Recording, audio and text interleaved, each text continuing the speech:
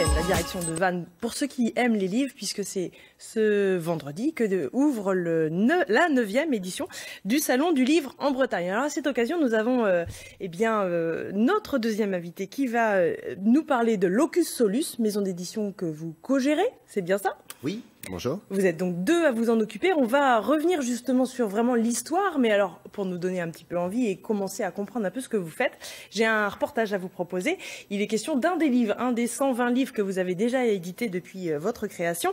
Si Olivier, je vous parle de Smugglers, est-ce que ça vous parle? Du tout, c'est pour ça que je reste. J'aime bien vous coincer. Alors restez avec nous, puisque moi non plus je ne savais pas ce dont il s'agissait quand on me disait Smugglers. Ce reportage va nous éclairer. C'est un vieux livre de comptes de l'armement maltais de Roscoff. Ce négociant qui avait pignon sur rue notait méticuleusement toutes les marchandises débarquées en Angleterre, légalement ou frauduleusement. Au XVIIIe siècle, la contrebande était à son apogée des deux côtés de la Manche. À Roscoff, les bateaux arrivaient directement dans des caves. Et donc, ils débarquaient le tabac en douce. Et puis, ils réexportaient du thé qui venait par notre Compagnie des Indes et qui repartait en Angleterre avec des alcools venus de Hollande. L'ensemble du commerce de fraude était plus important que le commerce légal à l'époque. Feuilles de tabac tressées dans les cordages, alcool ou soieries dans les coques à double fond, Jacques Blanquen, collaborateur de la revue du Chasse-Marée, a fouillé durant 12 ans des kilos d'archives. Il en a écrit un récit bourré d'anecdotes sur ces smugglers, nom donné dans le Nord Finistère aux contrebandiers. Il y raconte comment la lutte entre fraudeurs et douaniers a fait évoluer la construction navale et lancé les bateaux à clin, technique nordique. Le seul endroit où on trouve ce mode de construction en France, c'est à Roscoff, parce que les contrebandiers utilisaient ce type de bateaux, qui étaient des bateaux bon marché, et un mode de construction qui leur était propre et qui n'était pas du tout un mode de construction français. En complément de documents d'archives, Jacques Blanquen a fait appel à son complice Fanchemoile pour illustrer l'ouvrage. Avec un grand souci du détail, le peintre s'est inspiré d'une réplique présente aux Fêtes maritimes. J'ai eu la chance de rencontrer à Douarnenez un bateau, le Greyhound, qui est une réplique qui a travaillé pour les corsaires, pris par la douane et repassé à la contrebande à peu près. Et ce bateau était magnifique et je l'avais sous la main, je pouvais dessiner, donc ça m'a beaucoup aidé. Contrebandier, édité aux éditions Locus Solus, est une plongée dans l'histoire maritime, économique et politique de la Bretagne et de la Cornouaille anglaise. Alors à l'image de ce livre sur les smugglers, donc contrebandiers, Olivier, vous avez bien suivi, on se retrouve avec des livres que vous avez décidé d'éditer qui sont assez en lien avec la Bretagne, de près ou de loin, en tout cas, on retrouve la région. Oui, c'est vrai. C'est une des composantes essentielles de la maison Locus Solus qui est installée en Bretagne et qui, par le choix de ses sujets, de ses auteurs, effectivement, illustre le patrimoine, la création dans notre région, oui. Ça, c'était l'idée au moment où justement vous avez fondé cette maison d'édition? C'était en fin 2012? Oui, fin 2012, les premiers livres arrivés début 2013. Oui, c'était tout à fait dans nos idées que de valoriser la création locale.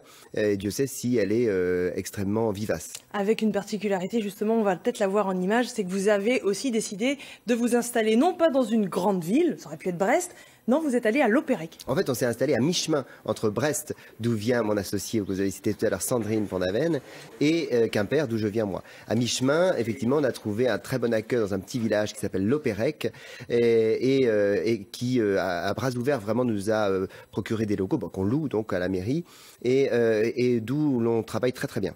D'accord. Et donc, depuis 2012, fin 2012, on en est déjà à près de 120 livres parus, à peu près. Il en sort 3 à 4 par mois, des petits, des gros, des moyens, des poches comme des ouvrages jeunesse, des albums comme des livres d'art. C'est effectivement assez diversifié. Ça, c'est vraiment une particularité aussi, en plus de l'ancrage, on va dire, breton. Il y a vraiment une ouverture sur les collections. On parlait, comme vous le disiez, de livres d'art, également de livres jeunesse. Il y a quelques pépites. J'aime beaucoup, notamment, les enquêtes de John Duff. Voilà, John Duff. Mais oui, parce que on est une maison généraliste, c'est-à-dire qu'on ne peut pas tout faire, mais on peut faire un grand nombre de sujets qui nous intéressent, qui nous parlent, et qui peuvent effectivement parler du maritime. Dieu sait, là encore, si dans notre région il y a de quoi faire, de la nature, il y a des ouvrages même de botanique qui ont fort bien marché chez nous, d'histoire, de patrimoine, d'art. pas mal. Et puis en jeunesse, alors là, c'est encore plus diversifié puisque là, lorsqu'on parle de John Duff, qui est un raton laveur, enquêteur, on est sur un sujet tout à fait national. Je souligne voilà, que les ouvrages sont disponibles dans toutes les librairies de France. Et alors ces livres, pour certains, eh bien, récoltent des prix. C'était déjà l'année dernière justement au salon de Vannes, mais ça va encore être le cas cette année, notamment pour un livre dont on a déjà parlé sur Bretagne Matin, donc je tiens à insister, sur les mammifères de Bretagne. Celui-ci aussi va être récompensé. Oui, alors celui-ci est récompensé dans la catégorie Beau Livre, prix produit en Bretagne, et on en est très content, et très content pour les auteurs, qui est le groupe Mammalogique Breton, donc un collectif de gens qui ont su rendre de manière tout à fait accessible au grand public des données scientifiques sur toutes les espèces de mammifères en Bretagne. Autre livre primé ce soir et qui n'a rien à voir, là c'est La Découverte que nous propose Anne Kéméré. Oui, alors Anne Kéméré, voilà, grande exploratrice et aventurière qui a traversé l'Atlantique, le Pacifique à la rame, en kiteboat, etc. Bref, des grandes aventures. Et puis, elle a un coup de cœur depuis quelques années déjà pour l'Arctique, le Grand Nord, pratiquement rendu au pôle Nord, et notamment les populations inuites qu'elle aborde dans des lieux qui sont inaccessibles, d'ailleurs par la route pour la plupart, et qu'elle raconte dans un livre qui s'appelle Passagère de l'Arctique, lui aussi récompensé ce soir à Vannes. Alors on va continuer de se promener un petit peu dans votre bibliothèque parce que vous nous avez apporté plein de livres. Parmi eux, il y a aussi des livres en plein dans l'actualité. Je vois celui de Clette là notamment qui n'est pas encore publié, mais on est en plein dans ce qui se passe en ce moment puisque Clette Abraham est à Brest en ce moment et d'ailleurs ce soir au musée d'art de Brest. Oui, alors Clette Abraham, c'est un gars absolument extraordinaire qui, dans toutes les villes du monde, on est à New York, à Tokyo, à Barcelone ou en Italie où il réside d'ailleurs, tag ou en tout cas maquille des panneaux de circulation, on le voit je crois à l'écran, donc il sillonne les villes comme ça et puis il transforme des panneaux, il leur donne une autre identité tout d'un coup alors évidemment parfois c'est complètement interdit et ces panneaux se font enlever même par la voirie ou il se fait arrêter. Et puis parfois au contraire, comme à Brest en ce moment, l'institution, le musée des Beaux-Arts l'invite à exposer parce que c'est de la création contemporaine. Exposition qu'on pourra découvrir jusqu'à fin août et justement il est donc ce soir au musée des Beaux-Arts. Assez intriguant, en tout cas ça fait beaucoup parler de par le monde, il est connu internationalement ce monsieur.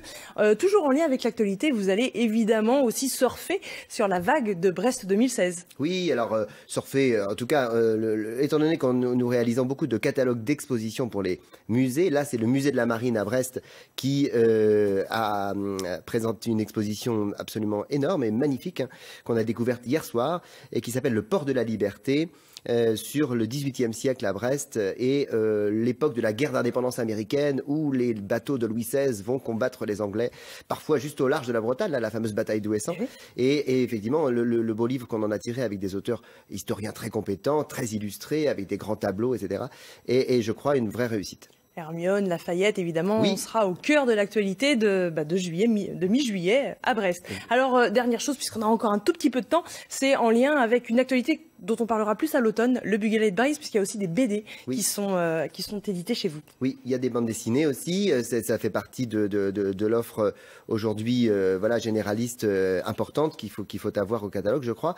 Et le Bugalet de Brest est un sujet grave, un sujet important, irrésolu encore aujourd'hui, toujours en affaires juridiques, dont se sont emparés deux auteurs de talentueux de bande dessinée, Bresson et Le Saec. C'est une grosse bande dessinée, un roman graphique plutôt de 144 planches, qui est en cours d'ailleurs d'écriture aujourd'hui, qui sortira, et je crois que ce sera un événement au mois d'octobre, notamment pour le festival de Quai des Bulles à Saint-Malo. Ah, voilà qui est dit. Eh bien, ça fait beaucoup de choses. Je ne sais pas si Olivier, parmi tous ces livres, il y en a un qui vous a un peu plus interpellé? Les tags urbains sur les panneaux de signalisation. Parce que c'est la preuve d'une certaine forme d'audace. Ouais, d'audace et puis effectivement ça interpelle. C'est très joli, très poétique aussi des fois. Jean-Michel, est-ce que vous aussi, même question, il y en a un des livres qui retient votre attention? Je t'attends avec impatience la sortie du Port de la Liberté, bien évidemment. Brest la Blanche, toujours. Non, et puis sinon, c'est coup de chapeau à la société, parce qu'en plus, rien que le nom est un clin d'œil à la réunification de la Bretagne, n'est-ce pas Le lieu unique, locus solus en latin. Bien vu. Est-ce que Jean-Michel, justement, vous avez encore un petit peu de temps? Vous vouliez nous parler peut-être d'une initiative locale dont vous avez eu vent et qui vous plaît?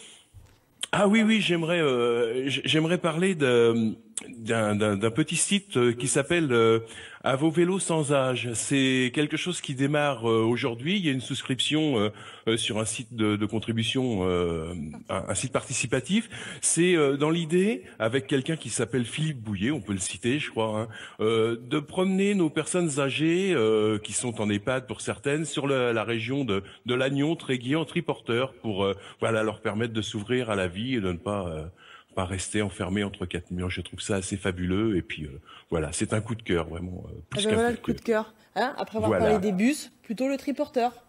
Voilà. La manière de bouffer une émission.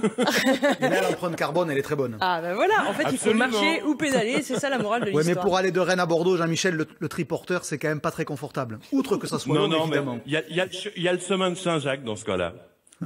C'est pas faux, bonne remarque. Est-ce que je vous ai pas demandé votre avis, Monsieur Patron, sur justement tous ces bus dont on a parlé en début d'émission? Vous les voyez aussi circuler de plus en plus? Oui, c'est vrai. J'habite tout près de la gare de Quimper d'ailleurs, et j'ai vu le changement récent.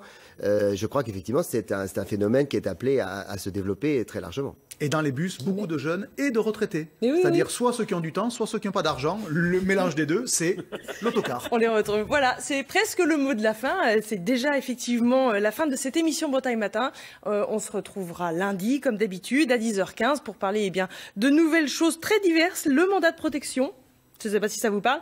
Et l'histoire du café, vraiment une histoire captivante avec des superbes images d'un documentaire qui sera diffusé sur France 3 justement.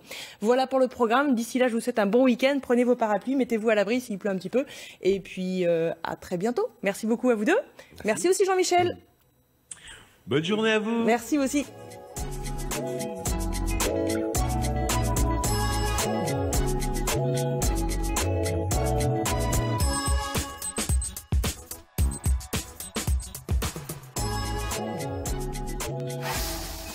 Bonjour les amis, nous sommes à Honfleur.